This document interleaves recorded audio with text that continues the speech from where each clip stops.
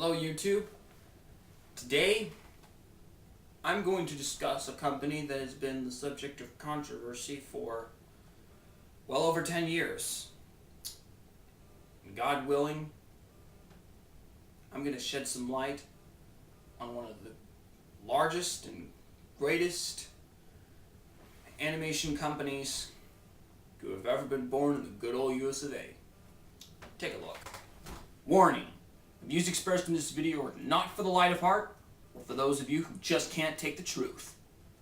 For the rest of us, get ready to look deeper into the world of anime.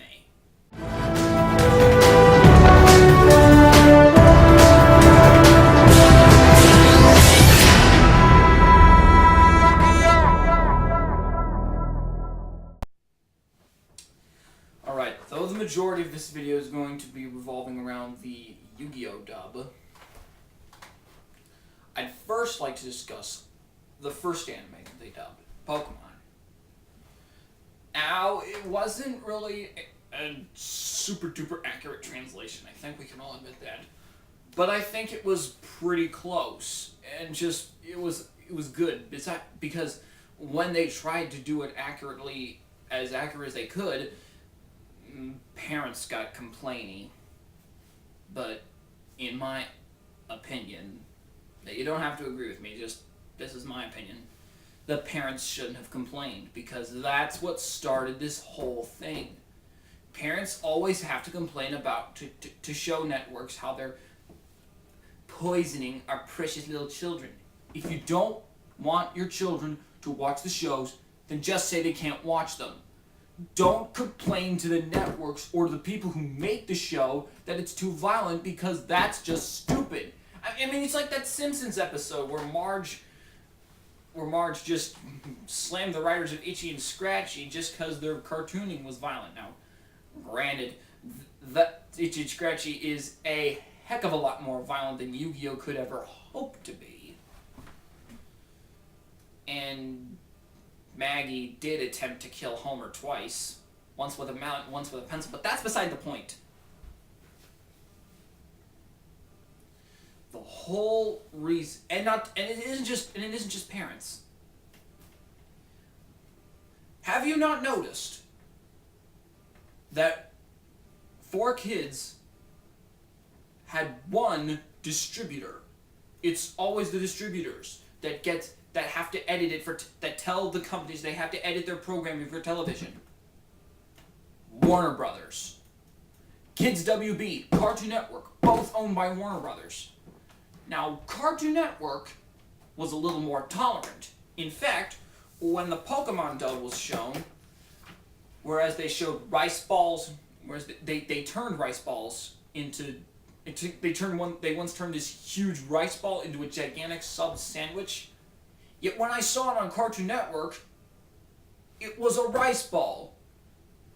Now, they said sandwich. Now, they still said it's a giant sandwich, but rice balls kind of are sandwiches if you look at it. But I believe that they had done a very good and very accurate dub, particularly in the first movie. It's one of the first, aside from the dub errors, Sandshrew being called Sandslash. Oh wait, that's the other way around. Sandslash being called Sandshrew, and Scyther being called Alakazam, but that's passable. I really like how they put the blessed union of souls, brother, my brother, into the big fight scene. Also, on the Kids WB, when they showed episode 4 of season 6, when Brock came back, they were like the little deli sandwiches that Team Rocket fed to the Tailo, but on Cartoon Network, I saw rice balls. Now, they still said sandwiches, but once again, rice balls kind of are sandwiches. And not to mention, when 4Kids made the music for Pokemon, it was great! I mean, my favorite song in Pokemon is the Team Rocket theme song, Double Trouble, which the Pokemon Company played in one of the episodes of Season 11, a lean, mean Team Rocket machine. You can hear the chorus of Double Trouble when Team Rocket is attacking the Pokemon Center, and they're robot, in their new robot.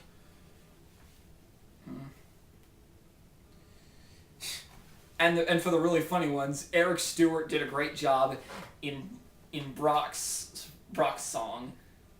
Speaking of which, in season 11, a reference to the Japanese Brock song was made when Brock put on the sombrero with the maracas for the girls. Yeah, you get that. But all in all, I think the Pokemon dub was a resounding success.